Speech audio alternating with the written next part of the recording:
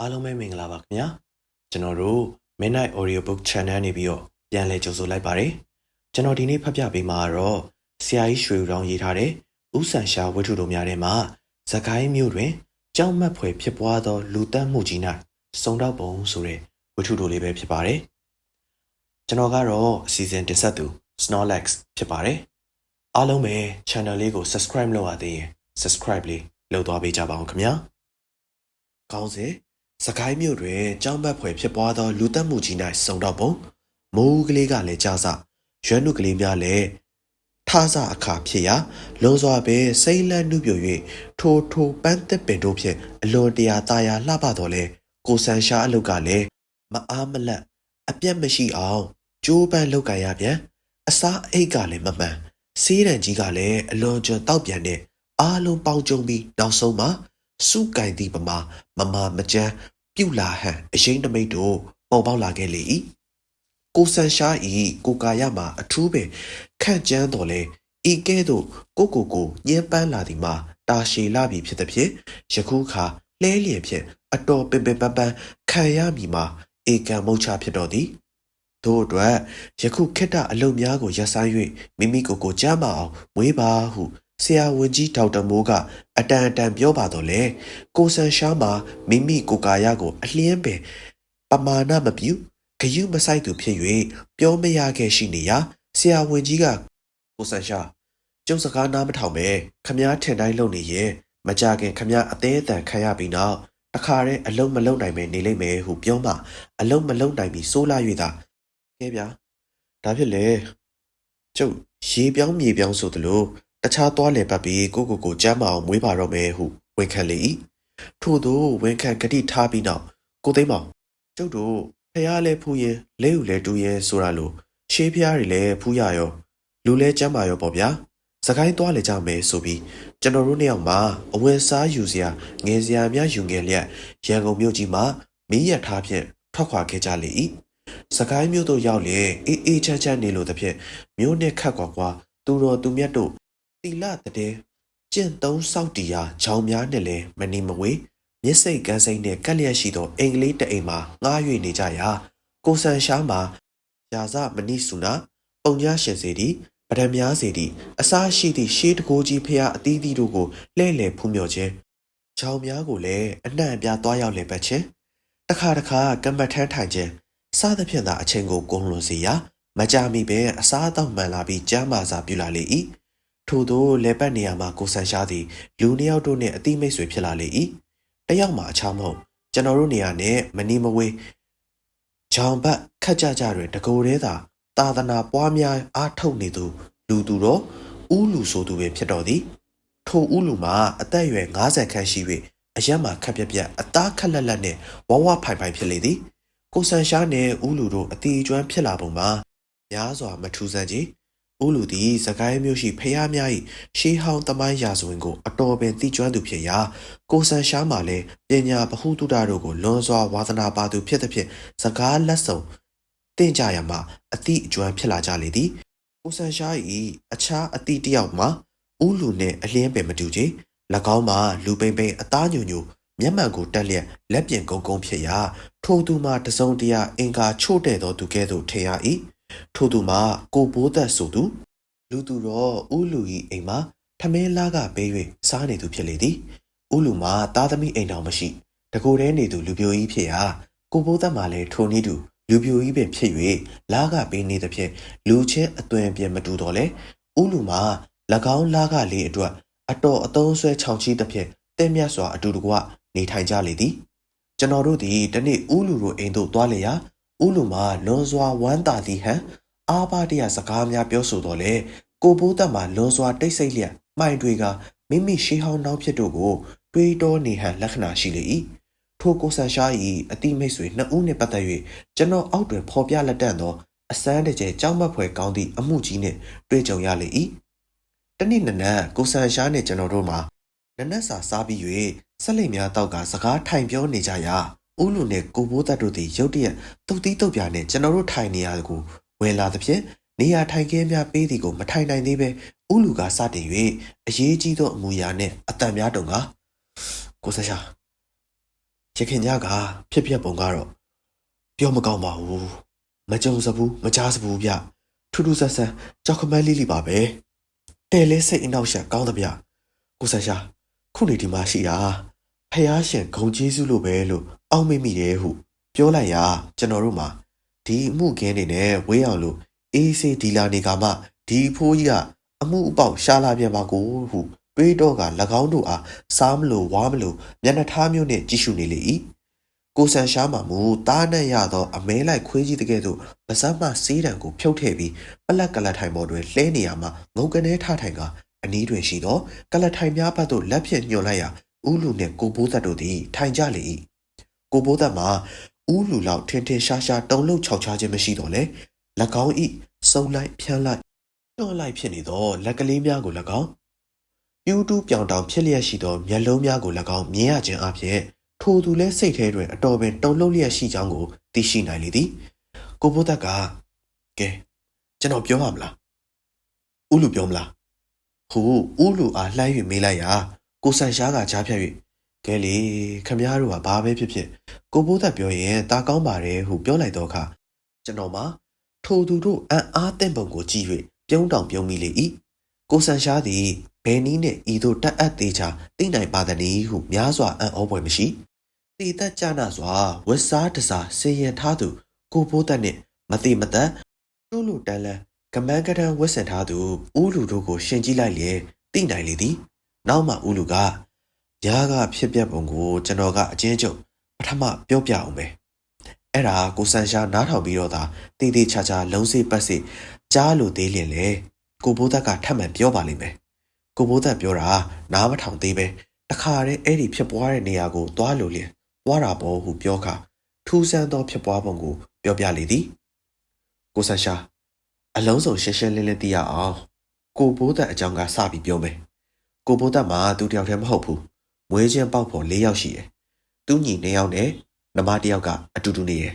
သူတို့မောင်နှမ၃ယောက်နေတဲ့အိမ်ဟာလဲကျုပ်တို့အိမ်နဲ့တိမ်မဝေးဘူးဟိုဘက်ချောင်စီခတ်ကြမှာဒေါနမြိုင်ဆိုတဲ့ခြံတစ်ခုထဲမှာနေတယ်အဲ့ဒီသူ့နှမများညီများနေတဲ့အိမ်ကိုလွန်ခဲ့တဲ့ညကကိုဖိုးသက်သွားလေတယ်သူလဲဟိုမှာညစာစားပြီးကက်ကလည်းအကုန်ဝါသနာပါကြတာနဲ့10နာရီကျော်လောက်ထိအောင်မောင်နှမတွေကတ်ထိုင်ဆွဲနေကြတယ်10နာရီကျော်လို့ကိုဘိုးသက်ပြန်လာတော့မောင်နှမ3ယောက်စလုံးအကောင်းပကတိပျော်ပျော်ရွှင်ရွှင်ရဲလို့မောလို့ကြက်ရစ်တယ်ပြောတာပဲ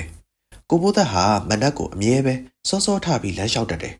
တနေ့မနက်လည်းခိုင်းလိုပဲအဝေးလမ်းလျှောက်သွားတာလမ်းမှာဆရာဝန်ဥပကြီးယထာနဲ့အစင်သက်တွေ့တော့ဆရာဝန်ဥပကြီးကလည်းကိုဘိုးသက်တို့နဲ့အတော်ပင်အကျွမ်းတဝင်ဖြစ်တာနဲ့ရက်ပြီးသူ့ဒေါနမြိုင်ကလူလွတ်ပြီးအမြန်လာပါခေါ်တယ်တစုံတစ်ခုဖြစ်ဟန်ရှိတယ်လို့ပြောတာနဲ့ကိုဘိုးသက်လည်းတခါတည်းဆရာဝန်နဲ့အတူယထာပေါ်တက်သွားလိုက်တယ်ဒေါနမြိုင်ရောက်သွားတော့သူတို့တွေ့ခဲ့ရတဲ့ပုံဟာအင်မတန်ထူးဆန်းပါတယ်ကိုဘိုးသက်ရဲ့ညီကိုဘိုးခတ်မောင်ဘိုးတက်နဲ့နမမငွေပွင့်တို့မှာညကကိုဘိုးသက်ပြန်လာတော့မြင်ခဲ့တဲ့အတိုင်းကက်ဝိုင်းမှာဝိုင်းထိုင်ရဲ့နေရာမရွေ့ဘူးဗျသူတို့ဝိုင်းထိုင်နေတဲ့စပွဲပေါ်မှာလည်းကတ်တီဟာညကနောက်ဆုံးဝိုင်းကစားပြီးအပုံဖြတ်ထားတဲ့အတိုင်းဖျူဖျဲပုံဖြတ်ပဲဗျမငွေပွင့်မှာသူထိုင်နေတဲ့ကလထိုင်နောက်မီကိုမှီပြီးတည်နေတဲ့အပြင်ညာကလေးကသူ့ဘေးတစ်ဖက်တစ်ချက်မှာထိုင်ကစားနေကြတဲ့မောင်ဖိုးခတ်နဲ့မောင်ဘိုးတက်တို့မှာကိုကလထိုင်ပေါ်ကိုထိုင်ရက်တွတ်လေယူနေပြီးတော့သာအော်ချင်ရအော်လိုက်ရဲချင်ရရဲလိုက်ကြတွေ့ကြရတချင်းတွေအော်ဆိုလိုက်နဲ့လုံးနေကြတာတွေ့ရတာပဲဗျပြီးတော့လေဆုံးသွားတဲ့မိန်းကလေးမျက်နှာမှာရောယူသွားတဲ့တငယ်2ယောက်ရဲ့မျက်နှာမှာရော3ယောက်စလုံးရဲ့မျက်နှာတွေမှာအင်မတန်ကြီးကိုထူးထူးကဲကဲကြောက်စရာလန့်စရာကြီးများမြင်ရလို့ရိုးရင်းချင်စီထိကြောက်လန့်တုန်လှုပ်ကြတဲ့မျက်နှာထားမျိုးနေဗျအိမ်ထဲမှာသစိမ်းဆိုလို့ဘသူမှဝင်တဲ့လက်ရချေရလည်းမရှိဘူးဗျတစုံတရာဘာတစ်ခုမှလည်းပျောက်ရှာခြင်းမရှိဘူးဗျသူတို့အိမ်သားတွေအပြင်ထမင်းချက်အစီကံမကြီးဒေါ်မိပဲရှိတာပဲသူကလည်းညညအင်မတန်အိတ်ကြီးလို့ဘာသာတစ်ခုမှမကြားရဘူးတဲ့ဗျမိန်းမတယောက်လန့်သေးပြီးယောက်ျားကြီးကြီးမားမားနှစ်ယောက်တွတ်လေယူသွားလောက်အောင်ကြောက်လန့်စရာဘလို့အရာကြီးများနဲ့တွေးကြုံပြီးဘလို့ဖြစ်ပြရတာလဲဆိုတာမတွေးတတ်အောင်ရှိရတာပါပဲကိုဆန်ရှာရဲ့အဲ့ဒါဟာခမားရှင်းလင်းပေးနိုင်ရင်အင်မတန်ကျေးဇူးကြီးပါပဲကျွန်တော်မှာအစကအေးမှုတွေတွင်ဆွတ်ဖက်ကူညီခြင်းမပြုရကိုဆန်ရှာကိုတနည်းနည်းနဲ့ရအောင်တားမိကြံစီမိတော့လေသူ့မျက်နှာလှမ်းကြည့်လိုက်တော့အခါမျက်မှောင်များကျုံလျက်နတ်နဲစွာစဉ်းစားနေဟန်လက္ခဏာကိုမြင်သဖြင့်ခုမှတော့တားလို့ရမှာမဟုတ်တော့ပါဘူးဟု တက်အပ်သေးချာသိရလေ၏ကိုဆန်ရှားမှာဥလူဤစကားဆုံးလျင်ဘာတခုံးကိုမှမပြောသေးပဲအတန်ကြာအောင်ငြိမ်သက်စွာစဉ်းစားနေပြီးမှခေါင်းငိတ်ကကောင်းပြီဒီမှုကိုကျုပ်လိုက်ကြည့်ပေးမယ်ခုနေအပေါ်ရန်ကဖြင့်အင်မတန်ထူးဆန်းပုံရတာပဲနို့နေပါဦးဥလူကိုယ်တိုင်ဒေါနမြိုင်ကိုရောက်ပါသလားကျုပ်တော့မရောက်သေးပါဘူးဗျဟောဒီကကိုဘိုးသက်ပြန်လာပြီးပြောမှသိတာနဲ့ချက်ချင်းပဲကိုဆန်ရှားစီလာခဲ့တာပါပဲဒီဒေါနမြိုင်ဟာကျုပ်တို့အိမ်နဲ့ဘလောက်ဝေးတယ်ထင်သလဲတမိုင်လောက်တာဝေးလိမ့်မယ်ကဲဒါဖြင့်ကျုပ်တို့အားလုံးရှောက်သွားမယ်ဗျာနို့ပေမဲ့မသွားခင်ကိုဘိုးသက်ကိုနည်းနည်းလောက်မေးချင်သေးတယ်ကိုဘိုးသက်မှာအိမ်ရောက်စကားတစ်လုံးနှလုံးသာပြောပြီးထိုးနောက်တိတ်ဆိတ်စွာဘာတစ်လုံးမှဝင်မပြောဘဲနေတော့လေသူဤတေးသွဲသောလက်ကလေးများမှာတစ်ဖက်ကိုတစ်ဖက်ကြက်တဲစွာစုံညက်လျက်စိတ်ကိုပြင်းပြစွာချုပ်တီးထားပုံရှိရာလူသူတော်ကြီးထက်ပင်ပိုမို၍တုန်လှုပ်ပုံရလေသည်ဥလူညာကအဖြစ်ပြက်တို့ကိုပြန်ပြောစဉ်ကလည်းနားထောင်နေရင်ပင်ကိုဘိုးသက်သွေးမရှိခဲ့သို့နေသောနှခမ်းများသည်တဆက်ဆက်တုံလျက်မျက်လုံးမှာလည်းလွန်စွာစိတ်နှောက်ကြောက်ရွံ့ပုံပေါ်နေရာညာကအဖြစ်ကိုယခုမြင်ရသကဲ့သို့ရှိလေ၏ကိုဆန်ရှားကလှမ်း၍ပြောလိုက်မှသာမောကြည့်ပြီးကိုဆန်ရှားမေးချင်တာမေးပါဒီအကြောင်းကိုပြောရတာစိတ်နှောက်ရှက်ကောင်းပေမဲ့ကျုပ်သိသမျှအမှန်တိုင်းပြောပါမယ်ညာအကြောင်းပြန်ပြောစမ်းပါဗျာများတော့ပြောစရာမရှိပါဘူးဦးလူပြောသွားတဲ့အတိုင်းပါပဲဒေါနမြိုင်မှာညစာစားတယ်ပြီးတော့ဘိုးကက်ကလည်းကတ်ဆွဲရအောင်လို့ပြောလို့ည9နာရီထိုးကမှကစားကြတယ်10နာရီနဲ့15မိနစ်ရှိတော့ကျုပ်ပြန်လာတယ်ကျုပ်ထွက်လာတော့သူတို့အားလုံးစပွဲမှာရေမောပြီးကောင်းမွန်ပဲထိုင်ရစ်နေကြတယ်ခမားပြန်မယ်လို့တော့ဘသူတကားလိုက်ဖွင့်ပေးသလဲဘသူမှလိုက်ဖွင့်မပေးဘူးဒေါ်မီကြီးကလည်းအဲ့နေရာနဲ့ကျွန်တော်ဘာသာပဲကျွန်တော်ဖွင့်ထွက်ပြီးတကားကိုပြန်စီပစ်ခဲ့ကျွန်တော်တို့ကတ်ထိုင်ရိုက်နေတဲ့အနာကမှန်မတင်းပေါက်ကိုလည်းကစားစကလေးကပဲပိတ်ထားတယ်ခုမနဲ့တော့ကျွန်တော်ညီနေအောင်မှယူပြီးနမဖြစ်သူလဲဆုံးနေကြတာပဲတကားကြီးရောပတင်းပေါက်ရောနေရာမပြတ်ဘူးလက်ရချီရလည်းမရှိဘူးလူစိမ့်ဝင်ထွက်ဟန်လည်းမရှိပါဘူးကိုဆန်ရှားရဲ့ဘဲနဲ့ဖြစ်ရမပြောတတ်ပါဘူးကိုဆန်ရှားချုပ်တော့သူတို့ကနေမြင်ခဲ့ရတဲ့ပုံကိုတေတောင်ပျောက်တော့မှမဟုတ်ပါဘူးဟုတ်တယ်ဖြစ်ပြပုံကဖြင့်ခမားပြောတဲ့အတိုင်းပဲအင်မတန်ထူးကြတယ်ခမားစိတ်ထဲဘယ်ပုံဘယ်နည်းနဲ့ဒီလိုဖြစ်တယ်ဆိုတာနည်းနည်းမှမတွေးတော့မိဘူးလားမတွေးတတ်အောင်ရှိတာပဲကိုဆန်ရှာကျုပ်ဖြင့်တရေသပတ်ထင်တာပါပဲလူဟုတ်ရိုးမှန်ရင်အေကန်ဒီလိုလုံနိုင်မယ်မထင်ပါဘူးလူလုံတာမဟုတ်ရင်ဘာကျွန်တော်စုံတောက်လို့ရမှာလဲပထမဖြစ်တဲ့နီးမျိုးနဲ့စုံစမ်းလို့မရမှတရေချတန်လဲချရတာပေါ့ဗျာနို့နေပါဦးသူတို့မောင်နှမ3ယောက်ကအတူတူနေပြီးခမည်းကတခြားခွဲနေရစိတ်သဘောထားကွဲလွဲကြလို့မှတ်တယ်ဟုတ်ပါတယ်ကိုဆန်ရှားထင်တဲ့အတိုင်းပါပဲသို့တော့ကြာလဲကြာလာလို့မေးဖြောက်ပြစ်လိုက်ကြပါပြီဒီလိုဗျအစတော့ကျုပ်တို့အကုန်စုပြီးမန်းလေးမြို့မှာပိုးတဲ့ဆိုင်ကြီးဖွင့်ပြီးရောင်းချစားတောက်နေကြတယ်နောက်ငွေကလေးအတော်စုမိလာတော့ဒီဆိုင်ကုမ္ပဏီတစ်ခုကလိုချင်တာနဲ့ရောင်းပြစ်လိုက်တယ်မှန်တဲ့အတိုင်းပြောရမှာဖြင့်ငွေခွဲကြတော့နည်းနည်းစိတ်မကြည်မနှက်ဖြစ်ကြတယ်ဒါနဲ့ကျုပ်လည်းသူတို့နဲ့ခွဲနေတာပဲနို့ပေမဲ့ဒါကကြားလဲကြာပါပြီမေးလဲပြက်လိုက်ကြလို့ပြန်ပြီးတော့တက်မြတ်နေကြတာတော့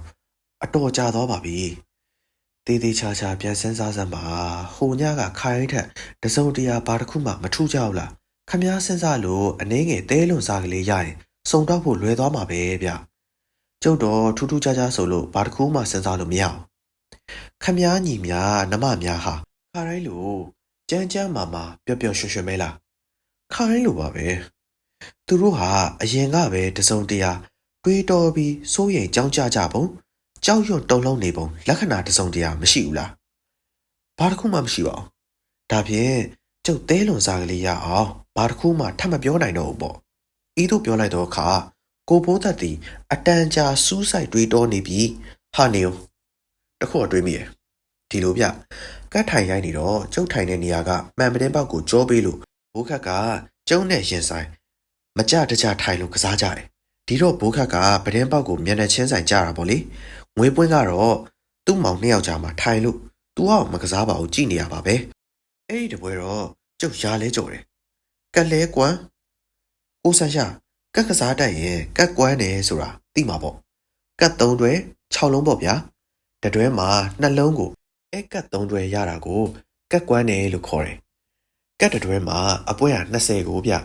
ဒီတော့3တွဲဆိုရင်ပဲ60ရနေပြီဒါပြင်9သားကလေးကအသားချင်းယူထားတော့10ပွဲဆို80ဖြစ်သွားတာပဲရင်းကလေးကတတုံး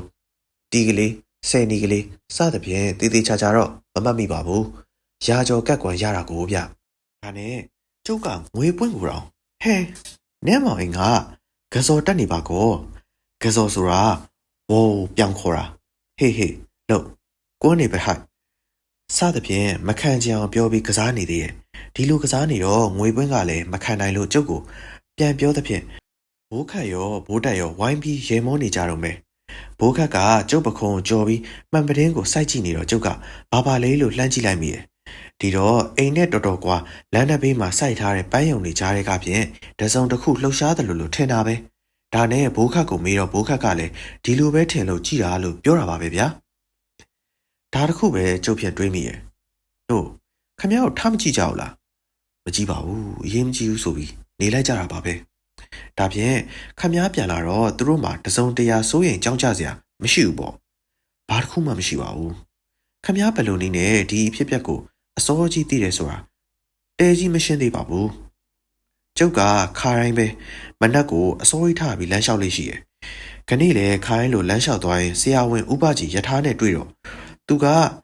သူ့ကိုခလေးတယောက်လွှတ်ပြီးအမြန်လာပါလို့အရေးတကြီးဒေါ်မီကအခေါ်လွှတ်လိုက်တယ်လို့ပြောတာနဲ့ကျုပ်လေသူ့ယထာပေါ်တခါတည်းတက်လိုက်သွားတယ်ဟိုရောက်တော့ဦးလို့ပြောသလိုပါပဲညကကျုပ်ထွက်လာတော့ကြံရက်တဲ့အတိုင်းတခုမှနေရမပြတ်ဘူးအလေကစပွဲတင်မီးရင်မှာရေနံစီတစ်စမ်းမှမရှိဘူးရေနံစီကုံမှာမင်းငိမ့်သွားဟန်တူပါတယ်ငွေပွင့်လေဒဏ်ရာတစ်စုံတရားမှမရှိပဲကလထိုင်မိပြီးတည်နေရပဲဆရာဝန်ကဖြင့်ငွေပွင့်သေးတာအနည်းဆုံး6နာရီလောက်ရှိပြီပြောတယ်ဘိုးခန့်နဲ့ဘိုးတက်တို့လည်းယူပြီးတချင်းတွေအော်ဟစ်ဆိုနေကြတာပဲ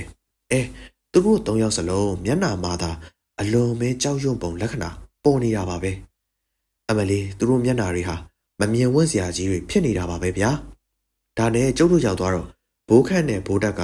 ရှုံမဲ့ပြောင်ပြသေးတယ်ကျုပ်တော့မပြောနဲ့တော့ဆရာဝန်တော်သူတို့မြင်တော့မျက်နှာကိုသွေးမရှိလို့ဖြူဖက်ဖြူရောဖြစ်သွားတာပဲတခါတည်းမေးလဲတော့မလို့ဖြစ်ပြီးကလထိုင်ပေါ်ထိုင်ရက်ပုံကျသွားတယ်ကိုဆန်ရှားကထိုင်ရမှထား၍အပေါ်အင်ကြီးလှမ်းယူရဲ့တဲထူးဆန်းတယ်အင်မတန်ထူးဆန်းတယ်ကျုပ်ဖြင့်ဒီလောက်ထူးဆန်းတဲ့အမှုမျိုးမြဆဆမတွေ့ဘူးကဲဒေါနာမြိုင်ကိုသာသွားကြမယ်ဟုပြောဆိုထွက်လာခဲ့ကြလေ၏ကျွန်တော်တို့သွားရောက်စုံစမ်းပါတော့လေထိုမနက်မှာဖြင့်များစွာမထူကြကြသို့တော့ကြောက်မက်ဖွယ်ကြုံတွေ့ရပုံမှာကျွန်တော်တို့သည်ဒေါနာမြိုင်နှင့်မနီးမဝေး၎င်းခြံသို့သွားသောလမ်းချင်းကလေးတစ်ခုသို့ရောက်သောအခါကျွန်တော်တို့အနားသို့ခြံစီမှမြင်းရထားတစ်စီးမောင်းလာလေ၏ကျွန်တော်တို့လည်းလမ်းဘေးသို့ဆင်း၍ရှောင်ပေးပြီးယထာသည်ကျွန်တော်တို့နှင့်ဘေးတက်ရောက်လာသောအခါယထာထဲမှရှုံလိုက်မဲလိုက်ရွေးလိုက်တွားကြီးများဖျဲလိုက်နဲ့ကျွန်တော်တို့ကြည့်ပြီးမျက်လုံးကြီးများပြူးလိုက်မျက်မှောင်ကြီးများကျုံလိုက်နဲ့ပါသွားသောလူနှစ်ယောက်ကိုမြင်လိုက်ရာကျွန်တော်မှကြက်သိန်းများပင်ထလာပေသည်ကိုဘိုးသက်မှလည်းမျက်နှာများဖြူနှာခမ်းများပြာကကျုံညီတွေပဲသူတို့ကိုဆေးရုံကလာယူရထင်တယ်ဟုပြောသဖြင့်အတန်ကြာလှည့်ကြည့်နေကြပြီးအခင်းဖြစ်ပွားရာအိမ်သို့ဆက်လက်သွားကြလေသည်ထိုအိမ်မှာအတော်ပင်ခမ်းနားတက်ရသောအိမ်ဖြစ်၍ခြံမှာလည်းအတော်ပင်ကျယ်ဝန်းသည့်ပြင်ပန်းမျိုးစုံအသီးစားတစ်ပင်တို့လည်းအတော်ပင်များပြားလေသည်မြင်းလေကလေးများတိုက်ခိုက်လာသောအခါပန်းရနံ့တို့ဖြင့်တင်းပြန့်ကြိုင်လိုက်လျက်ရှိပေသည်ကျွန်တော်တို့အားလုံးပင်ကိုဘိုးသက်ပြောသောမှန်ပတင်းပေါက်စီရှောက်သွားပြီးထိုပတင်းပေါက်နှင့်တဲ့ရှိသောပန်းယုံတို့ကြားဖြင်းညင်းစွာလှည့်ပတ်ကြည့်ရှုရာကိုဆန်ရှားမှနန်းနေစွာစဉ်းစားလျက်လာသဖြင့်အိမ်အဝံဝလမ်းပေါ်တွင်ပန်းပင်ရေလောင်းသောရေပုံးကိုခလုတ်တိုက်မိသဖြင့်ကျွန်တော်တို့ခြေထောက်တွေရောလမ်းပါရေများဖြင့်ဆွဆွကြလေသည်အိမ်ထဲသို့ရောက်၍ဒေါ်မီကိုအနှဲငယ်မေးမြန်းစုံစမ်းမိရာဒေါ်မီကလည်းသူဖြင့်ညကဘာတမ်းမှမကြကြောင်းသူ့သခင်မများသည်ညကခါတိုင်းလိုပင်ပျော့ပျော့ရွှင်ရွှင်ရှိကြကြောင်းခုမနက်သူအိယာကနိုး၍တကားများဖွင့်ရအောင်အခန်းထဲကိုဝင်ပြီးမှသူတို့အဖြစ်ပုံကိုမြင်ရသဖြင့်ကြောက်ရွံ့ထိတ်လန့်အားကြီးပြီးအော်လဲမအော်နိုင်ပြေးလဲမပြေးနိုင်ဒူးများတုံပြီးတအောက်မြမေ့လျော်သွားကြောင်းတတိယမှာပဒင်းပေါက်ထဖွင့်ပြီးဆရာဝန်အခေါ်လွတ်ကြောင်းမောင်ဘိုးခန့်နဲ့မောင်ဘိုးတက်ကိုဆေးရုံကလာယူရာတန်မာသောယောက်ျားကြီး၄ယောက်ဝိုင်းဝန်းဆွဲမှနိုင်ကြောင်းမန်းငွေပွင့်အလောင်းလေယခုအိမ်ပေါ်ကအိယာပေါ်မှာရှိကြောင်းစားသဖြင့်မိမိသည့်သမျှကိုစိတ်ပါလက်ပါပြောဆိုလေသည်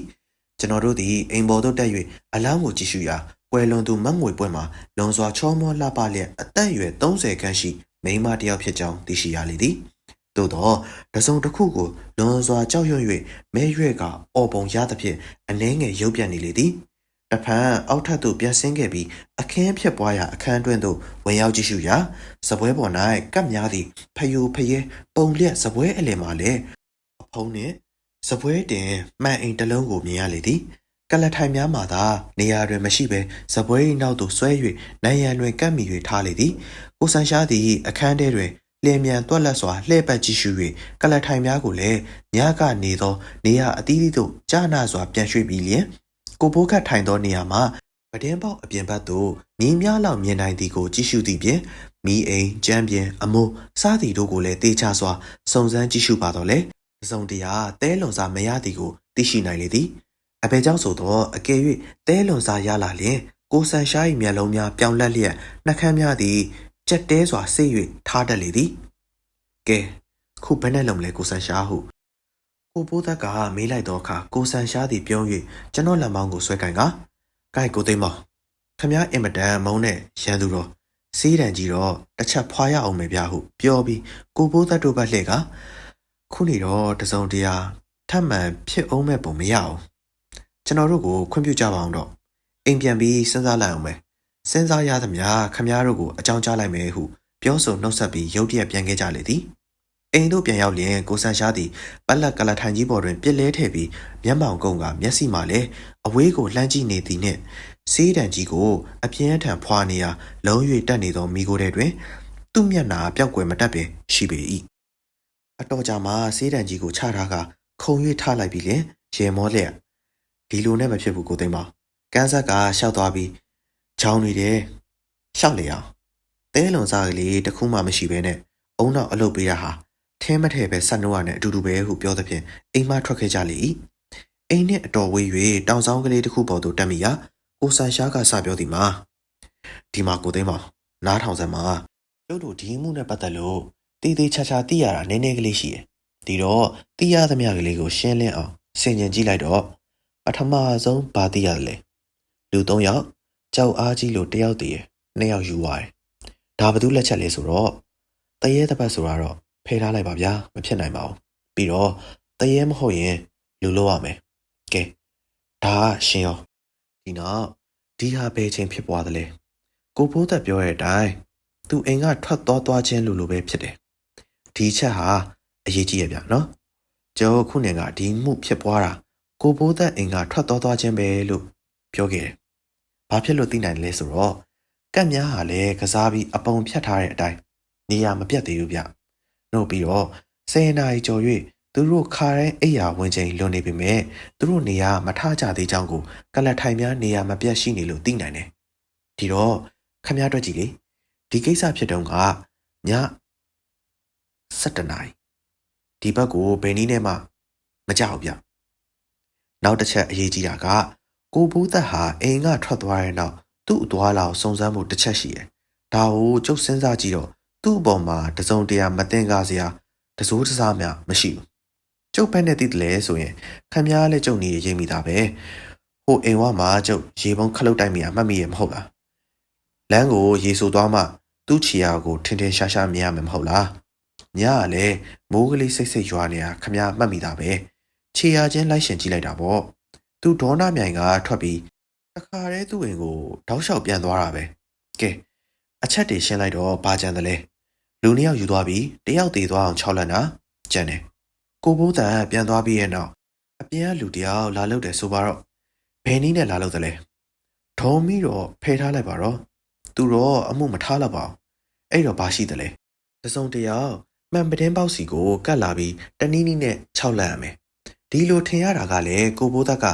ညကသူ့အိမ်ဝင်တဲ့လမ်းတစ်ဘေးမှာစိုက်ထားတဲ့ပန်းယုံတွေကြားမှာလှုပ်ရှားနေတဲ့အရာတစ်ခုမြင်ရတယ်ပြောလို့ထင်ရတာပဲသို့တော့ညကမိုးကလေးနည်းနည်းကြတယ်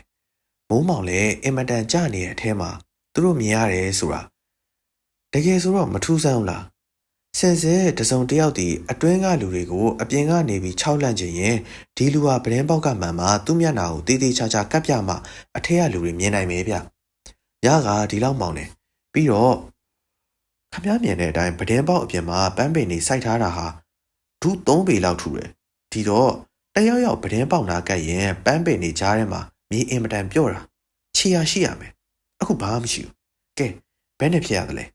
ပြီးတော့တစုံတစ်ယောက်ဒီအကြောင်းတစုံတရာမရှိပဲဘာဖြစ်လို့ဒီလူတွေကိုခက်ခက်ခဲခဲကြံစီနှိပ်စက်ရတယ်လဲကဲကိုသိမ်းမောင်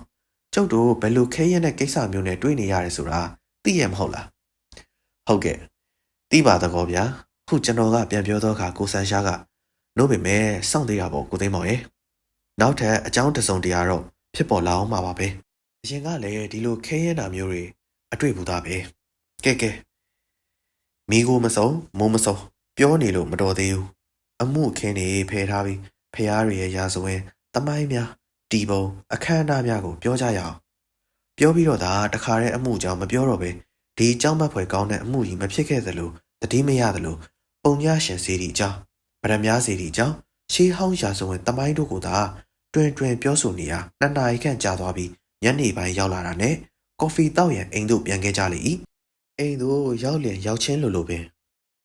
အမှုအကြောင်းကိုတတိရလာပြန်ပြီအကြောင်းတော်ကကျွန်တော်တို့ပြန်မလာမီကပင်အိမ်မှာစောင့်နေသောဧည့်သည်တယောက်ကိုတွေ့ရလေသည်ဧည့်သည်မှာမြေသူမြေဝါဟုပြောရမလို့ကိုဆန်ရှားရောကျွန်တော်ရောသိရှိပြီးဖြစ်တော်သည်ထို့သူမှာအရက်ပေပေါင်းလွန်မင်းစွာမျက်မှောက်၍ကြီးခိုင်ထွားကြိုင်သောကိုလက်အင်္ကာများရှိသည့်ပြင်နေပူမိုးရွာမရှောင်ခရီးသွားသည့်သူများကဲ့သို့ထိုသူ၏မျက်နှာမှာလွန်စွာရက်ဆက်၍အကြောင်းနှက်ကြီးများလည်းရှိလေသည်မျက်လုံးများမှာလည်းစူးရှားထက်မြက်လျက်ခတ်ထန်ပုံရသည့်ပြင်နှာတံမှာလည်းသိငတ်၏နှုတ်သီးကဲ့သို့ကောက်လျက်ရှိပေသည်၎င်း၏တန်ဆွမ်းသောနှကမ်းမွေးများမှာလည်းအဖြူပင်ရောလျက်ရှိလေပြီထို့သူမှာအခြားမဟုတ်တတုဘက်တွင်နန်းနဲစွာကျွမ်းကျင်၍ရှမ်းပြည်နယ်ရှမ်းရွာတောတောင်ကြောက်ကြားတို့ကိုနှမ်းဆက်အောင်တွာလာလေပတ်ပြီးတတုတွင်ရှာနေသဖြင့်ရန်ကုန်ပေါ်တွင်အတော်ပင်ကြော်စောထင်ရှားသောဓာတုဗေဒဆရာကြီးဦးအောင်ဘော်ဆိုသူပင်ဖြစ်လေသည်ဦးအောင်ဘော်သည်စူးစူးညံ့ညံ့မကြိုက်သဖြင့်ရန်ကုန်မြို့ပေါ်တွင်အနေနည်း၍စကိုင်းချောင်များအနီးခြံကြီးတစ်ခြံထဲတွင်ပင်သူ့မြေပုံများစားအုပ်များနှင့်ပျော်မွေ့နေကြောင်းကိုလူတိုင်းပင်ပြောဆိုလျက်ရှိကြပေသည်ကျွန်တော်တို့ရောက်စားကသူ့အိမ်မှာရှိကြောင်းကြားတော်လဲလူဝင်လူထွက်ရှုပ်လျင်မကြိုက်မီဆိုး၍တွားရောက်လေပတ်ခြင်းကိုမပြုကြသူကလည်းမလာသဖြင့်မတွေ့ကြပေယခုမှသာသူကလာ၍တွေ့ရပေ၏တွေ့ချင်းပဲသူကစတင်၍စကားပြောလိုက်ရာစကားတစ်လုံးနှလုံးပြောမိလျင်ပင်ကျွန်တော်မှများစွာအံ့အားသင့်မိ၏အကြောင်းမှာဦးအောင်ဘော်သည်မြည်သည့်အခါကားမျှသူများနှင့်သာတတ်ဆိုင်သောအမှုများကိုအရေးပြုလိမ့်မရှိတော့လေယခုမှညာကဖြစ်ပျက်သောကြောက်မက်ဖွယ်အမှုကြီးအကြောင်းကိုစတင်၍ပြောလိုက်ခြင်းကြောင့်ဖြစ်ပေသည်စကိုင်းကပလိတ်တွေနဲ့ကြုတ်တွေ့ပြီးပါပြီလကားဗျာသူတို့အထင်ကတလွဲကြီးပါလကားကောင်တွေကိုဆန်ရှားကတော့အတွေ့အကြုံများလို့သူတို့ထက်တော့အမြင်သာမှာပဲကျုံနဲ့ဘာသက်ဆိုင်လို့မေးပါသလဲဆိုရင်အခုဒုက္ခရောက်သူများနဲ့တမိဘက်ကဆက်လိုက်ရင်ညီကိုမောင်နှမဝိုင်းဝဲတော်တယ်ကျုပ်လည်းရှမ်းပြည်နယ်တက်တော့မလို့မင်းမျိုးတောင်ရောက်နေပြီခုမနက်ပဲတည်င်းရနဲ့လမ်းတစ်ဝက်ကပြန်ခဲ့တာပဲကိုဆန်ရှားသည်အံ့ဩသောအမူအရာနဲ့မျက်ခုံးများကိုချီလျက်အော်မင်းမျိုးကတော့ပြန်လာတော့ဟုတ်တယ်အဲ့ဒါမှမိတ်ဆွေဗျဆွေမျိုးဗျအဲ့လေဟုတ်သားပဲမင်းမျိုးတော့တည်င်းအမြန်ရောက်လာပါကောတည်င်းမဟုတ်ဘူးဗျတန်ကြိုးရတယ်ဘသူစီရလဲလို့မသိရအောင်လားခင်ဗျာဟုတ်မေးလိုက်တော့ခါဦးအောင်ဘော်ကြီးမျက်နှာသည်အနှဲငယ်ညှိုးငယ်သွား၍ခက်ဆက်ခင်ဗျာတဲနိုင်ချွတ်သိကြတာကိုဟုပြောလိုက်ရင်ကိုဆန်ရှားကလည်းအိမ်ဒီနဲ့ကျုပ်အလုပ်ကိုပြဟုပြောလိုက်မှဦးအောင်ဘော်သည်စိတ်ကိုချုပ်၍အိုးဒါအောင်မပြောစင်စရာမရှိပါဘူးဦးလူကရိုက်လိုက်တယ်တို့နေပေမဲ့ဘယ်သူများမတင်ကားရဲဆိုတာမပြောနိုင်ဘူးလားခုဖြင့်မပြောနိုင်သေးဘူးကဲဒါဖြင့်ကျုပ်လာရတာအချိန်ကုန်တာသာအဖတ်တင်တယ်သွားလိုက်အောင်မဲဟုပြော၍ထွက်သွားလေ၏ထို့နောက်9မိနစ်လောက်ကြာလျင်ကိုဆန်ရှားသည်နောက်ရောက်ခံ၍လိုက်သွားလေရာနေအတော်ခမ်းမှာခေါင်းဆိုင်ကဖြင်းချင်းစွာရှောက်လာပြီးသူ့အတွက်ရောက်နေသောတန်ကြိုးတစ်ဆောင်ကိုဖတ်၍မီးရှို့ပြလိုက်လေ၏ပြီးမှကျွန်တော်ကိုကြည့်ကအဲ့ဒါမင်းမျိုးသူတဲတဲ့ဟိုတယ်ကပြန်လာတဲ့တန်ကြိုးဗျကျုပ်ဦးလူစီကလိမ့်စာရတယ်သူပြောသမျှအမှန်ကြီးပါပဲဗျာခုနေဖြင့်အစပြောင်းနေရပဲနို့ပေမဲ့စောင့်သေးရဖို့ကိုသိမ်းမောင်ရဲ့မကြခင်လမ်းစာရပါလိမ့်မယ်ဟု ပြောလေ၏ကိုဆန်ရှားပြောတာလွန်စွာမှန်ပါပေသည်နက်နက်မိုးလင်း၍ကျွန်တော်တို့မှအဝတ်စားလဲပြီးကစားများရှိစဉ်ဦးလူသည်အရေးတကြီးပြေးဝင်လာလျက်မျက်လုံးမျက်စံပြူကကတုံကင်းနဲ့အမလေးကိုဆန်ရှားရဲ့ကျွန်တော်တို့အရက်တော့တာရဲမင်းဝင်နေပြီကိုဆန်ရှားရဲ့ကိုဘိုးသက်လည်းညတေချာပေါ့ဗျာသူ့နှမများဖြစ်ပုံနဲ့တထက်သေးပါပဲဗျာဟုပြောလိုက်ရာကိုဆန်ရှားသည်တခါတည်းခုန်ထည့်ပြီးကိုင်းဗျာလာယထာနဲ့တခါတည်းပြန်လိုက်မယ်ဆို၍ကျွန်တော်တို့လိုက်သွားကြလေကိုဘိုးသက်မှာသူ့နှမဖြစ်ပုံနဲ့တပုံနဲ့ကလတ်ထိုင်ပေါ်မှာမိလျက်ထိတ်လန့်ကြောက်ရွံ့သောမျက်နှာထားနှင့်တိမ်နေလေသည်ရှေ့ရစပွဲပေါ်တွင်လည်းမိအိမ်မှာရေနံစီကုံ၍ငိမ့်နေပုံလက္ခဏာရှိလေသည်ကျွန်တော်တို့မရောက်မီကပင်ပဒင်းပေါက်မှဖွင့်လျက်ရှိတော်လေကျွန်တော်တို့ဝင်သွားသောအခါအနှဲငယ်အသက်ရှူခတ်ပေ၏ကိုဘိုးသက်အိပ်ရာသို့တက်ကြည့်ရာအိပ်ရခင်းများမှာတွန့်လျက်လူအိပ်ပြီးပုံရသဖြင့်ညာအိပ်ရာမှဆင်းလာပုံပေါ်လေသည်ကိုဆန်ရှားမှာလင်းမြန်ထက်မြက်စွာအထက်တက်အောက်ဆင်းအထဲဝင်အပြင်ထွက်နှင့်အနှံအပြားလိုက်ကြည့်နေရမှာတဖန်အပေါ်ဘက်သို့ပြေးတက်၍ကိုဘိုးသက်အိတ်ခမ်းပဒင်းပေါက်ကိုပြေး၍ဖွင့်ကပဒင်းပေါက်ကိုငုံကြည့်ပြီးလျင်အောက်ထပ်သို့တဖန်ပြေးဆင်းလာပြန်လေ၏ကိုဘိုးသက်သိနေသောအခန်းပဒင်းပေါက်ကကြော်ဆင်း၍လမ်းပေါ်တွင်လေးဘက်ထောက်ကကက်လျက်ကြည့်ပြီးလျင်ပြန်ဝင်လာကစပွဲတင်မီးအိမ်ကိုတေချာစွာတိုင်းထွာလေ၏ထို့နောက်မီးအိမ်ပြောင်းမီးအိမ်အဖုံစသည်တို့ကိုတေချာစွာကြည့်ပြီးလျင်မီးအုပ်ပေါ်တွင်ကပ်နေသောပြာအနှဲငယ်ကိုယူ၍စားအိတ်တစ်ခုတည်းတွင်ထည့်နေသည့်အတွင်ပလိမ်များရောက်လာလေသည်ကိုဆန်ရှားသည်ဦးလူကိုတစ်ဖက်သို့ဆွဲခေါ်၍ဒီတစ်ခါတော့နီးပေါ်ဦးလူ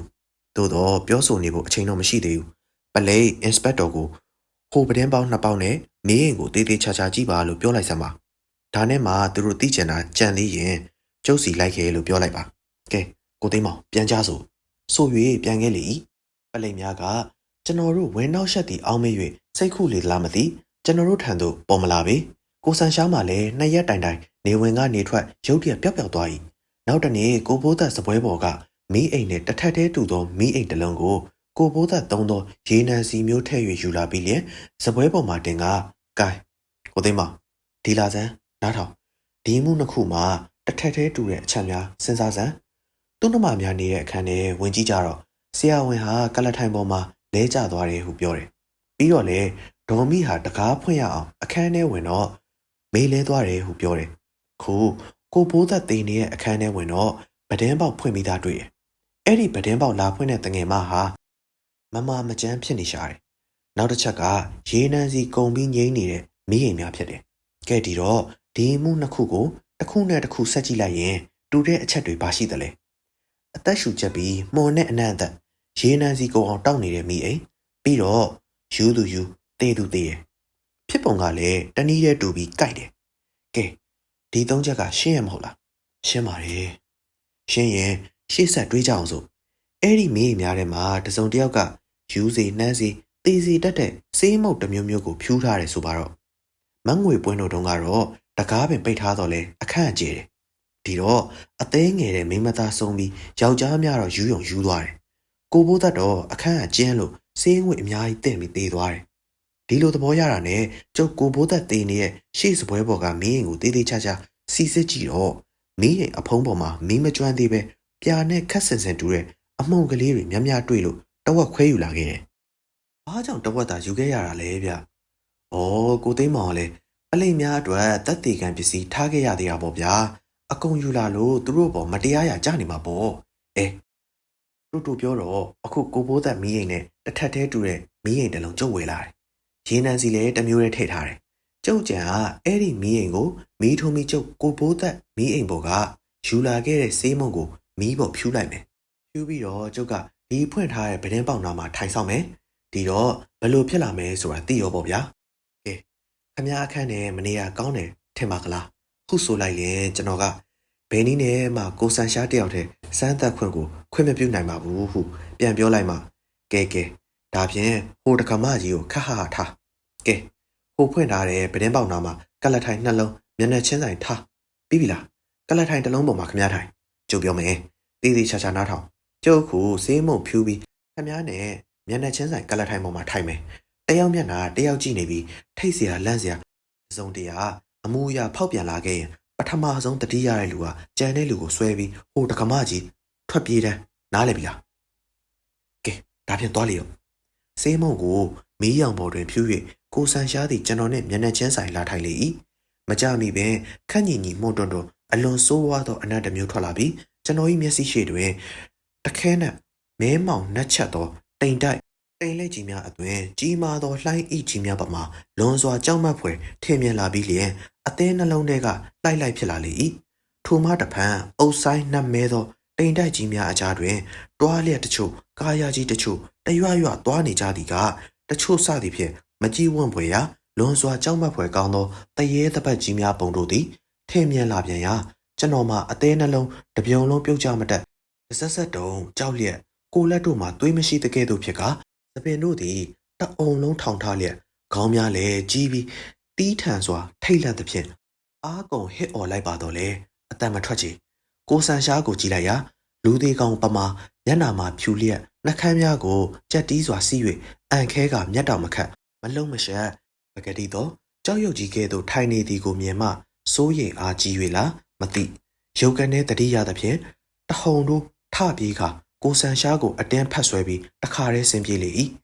အိမ်ရှိမြက်ခင်းပေါ်တွင်နှစ်ယောက်သားအတန်ကြာမေးလဲနေကြပြီးတတိယ၍ထထိုင်မိလျင်ကိုဆန်ရှားက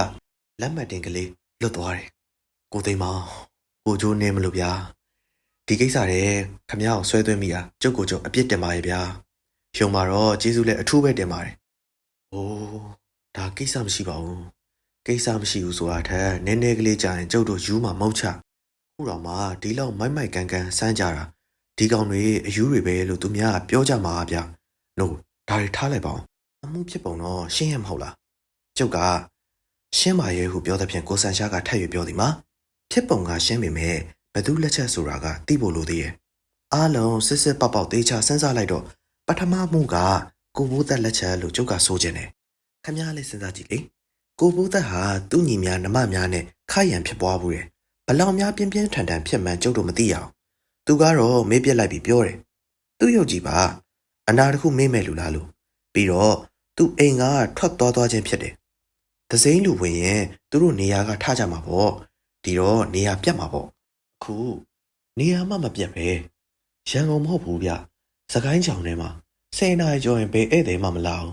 ဒီတော့ဧကန်ကသူ့လက်ချက်ပဲဟုတ်သူသေးတာကတော့သူ့ကိုယ်သူတတ်သေးရလားဟုတ်ချင်လဲဟုတ်မပေါ့လေအကြောင်းကတော့သူ့ညီများနှမများသူတတ်မိလို့တို့တော့ဒါတွေကိုအကုန်သိရဲ့လူတယောက်ရှိသေးရဲ့သူလာပါလိမ့်မယ်အဲ့တော့အားလုံးရှင်းသွားရောပေါ့ဟု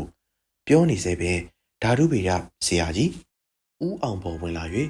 ကိုဆန်ရှားရေးလိုက်တဲ့စာကိုရလိုလာခဲ့တယ်သို့တော့ခမ ्या ခေါ်တာကျုပ်လာရင်အကြောင်းမရှိပါဘူးဟုပြောလိုက်လေလျင်ကိုဆန်ရှားကဒီလိုလာတာအင်မတန်ကျေးဇူးတင်ပါတယ်ဗျာသို့တော့အိမ်ပေါ်မှာအမခံနိုင်တာပဲတီးခံပါကလထိုင်ယူပေးပါမယ်အိမ်ပေါ်မှာနည်းနည်းကလေးဓာတ်ခွဲဆန်းလို့အနံ့တမကောင်းလို့ပါခမ ्या နဲ့အများကြီးသက်ဆိုင်တဲ့အကြောင်းရှိပါတယ်ဟုပြောကကလထိုင်များပေးတဲ့ဖြင့်ဦးအောင်ဘော်ကထိုင်ကကျွန်တော်နဲ့အများကြီးသက်ဆိုင်တဲ့ကိစ္စဘာများရှိသလဲဟုမေးလေကိုဆန်ရှားကကိုဘိုးသက်တတ်တဲ့အမှုပေါ်ဗျဟုပြောလိုက်လျင်ဦးအောင်ဘော်မှာဒေါသအမျက်ချောင်းချောင်းထွက်လျက်ကိုဆန်ရှားကိုတက်ညက်ပြစ်လိုက်မိမျက်နှာထားမျိုးနဲ့ကြည့်နေပြီးမှစိတ်ကိုချုပ်တီး၍ကိုဆန်ရှားကိုကျုပ်တစုံတရာအနေမပြုတ်လို့ပါအောင်နှုတ်ပေမဲ့စကားကိုတတိထားပြောပါကျုပ်ကနည်းနည်းစိတ်ထန်တယ်ခုပြောလိုက်လျင်ကိုဆန်ရှားကကျွန်တော်ကလည်းဦးအောင်ဘော်ကိုအန်ဒီရယ်မပြုတ်ရှင်လို့ကျုပ်တီးသမျှပလိတ်ကိုတည်င်းမပေးပဲဦးအောင်ဘော်နဲ့ဆွေးနွေးမယ်ခေါ်တာပဲဟုပြန်ပြောလိုက်တော့အခါဦးအောင်ဘော်သည်အနှဲငယ်မျက်နှာပြက်ပြီးကိုဆန်ရှားအဖြန်းအသန်းတွေမလှုပ်ဆမ်းပါနဲ့ကျုပ်ကိုတော့မရအောင်ကျွန်တော်ခမ ्या ကိုအတိအလင်းဖွင့်ပြောမယ်ခမ ्या ကလည်းကျွန်တော်လိုသဘောထားပြီးပြောဆိုပါဘာကြောင့်လဲဆိုတော့ကျွန်တော်နောက်ကိုခမ ्या ခုခံခြေဆူချက်နဲ့လျှော့အောင်အလုပ်လုပ်ရလိမ့်မယ်ကျုပ်ကဘာများခုခံခြေဆူရမှာလဲကိုဘိုးသက်တတ်မှုပေါ့ဗျခမ ्या အမှုတွေစုံတောက်လို့ရတာဖြန်းတာတန်းတာကအားကြီးနေတယ်ထင်ပါရဲ့နားထောင်ဦးအောင်ပေါ့ဖြန်းတာကခမ ्या ကျုံမဟုတ်ခမ ्या ရှမ်းပြည်နယ်တက်မလို့မေမျိုးရောက်နေတာတော့ပြန်လာတာကတွေးလိုက်တော့တော်တော်ကိစ္စနဲ့မပြန်ဘူးဒါကြောင့်ခမ ्या အပြုတ်မှုကိုကြုတ်လိုက်ကြည့်တယ်ခမ ्या ပြန်လာတဲ့နေရာဒီကိုလာတယ်မင်းမရလို့ဦးလူတို့အိမ်သွားတယ်ပြီးအိမ်အောက်မှာအတော်ကြာရက်နေပြီးခမ ्या အိမ်ပြန်တယ် အဲ့ဒီညာခမည်းကောင်းကောင်းအိမ်မရအောင်မနက်ကြက်ဦးမတွန်ခင်ခမည်းထပြီးအိမ်ရှိကကြောက်ဆက်ခွဲမြေကလေးအနှဲငယ်စုပ်ယူပြီးအိမ်ထဲထည့်ပြီးဦးလူတို့အိမ်သွားတယ်ရောက်တော့ကိုဘိုးသက်အိတ်တဲ့ပဒင်းပေါက်ကိုကြောက်ဆက်ခွဲနဲ့ပြစ်တယ်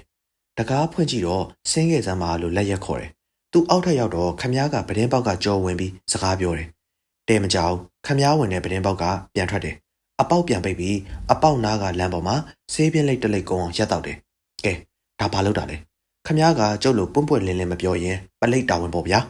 ခုပြောလိုက်တော့ခါဥအောင်ပေါ်သည်မျက်နာမှာသွေးမရှိတကဲ့သို့ဖြူလျက်နှကမ်းများပြာကအိတ်ထဲမှာဓာတ်ပုံတစ်ပုံကိုထုတ်ပြကအဲ့ဒါကြောင့်လောက်တာပါဗျာဟုပြောလေလေကိုဆန်ရှားသည်ဓာတ်ပုံကိုငုတ်ကြည့်ပြီးအံ့အားသင့်သောအမူအရာနဲ့ဟာမငွေပွင့်ပါကလားဟုပြောလိုက်လေဥအောင်ပေါ်ကဟုတ်ပါတယ်ငွေပွင့်ပါသူနဲ့ကျွန်တော်နဲ့ချစ်ကြိုက်နေတာ2 လကြာရှိပါပြီသို့တော့ကျွန်တော်မှမယားကြီးရှိနေလို့ယူရင်လည်းမတင်တယ်ကျွန်တော်မယားကလည်းအင်မတန်စိုးသွမ်းညစ်ပတ်ပေမဲ့ကွာလို့ကလည်းမရသေးလို့စိုက်နေကြပါတယ်အခုတော့တင်မင်းလက်ထဲပါသွားတာပါပဲဆိုပြီးမျက်ရည်များကျလာလေ၏အနှဲငယ်ဆိုင်နေပြီးတစ်ဖက်အိတ်ထဲမှာကျွန်တော်တို့မြင်ခဲ့ပြီးတော့ဆေးမုံမျိုးတို့ဖြင့်ပြည့်နှက်လျက်ရှိသောစာအိတ်အိတ်ကိုကိုဆန်ရှားလက်သို့လှမ်းပေး၍ကြည့်လိုက်ရာစာအိတ်ပေါ်တွင်ကဝိသေးကြီးဟုရေးထားသည်ကိုတွေ့ရလေ၏ဥအောင်ဘော်ကပြောပြန်သည်မှာကိုဆန်ရှားတော့ဒီကဝိသေးကြီးဆိုတာဘာကြားဘူးမလဲကျုပ်လည်းအစမသိပါဘူးရှမ်းပြည်နယ်ရောက်တော့မှ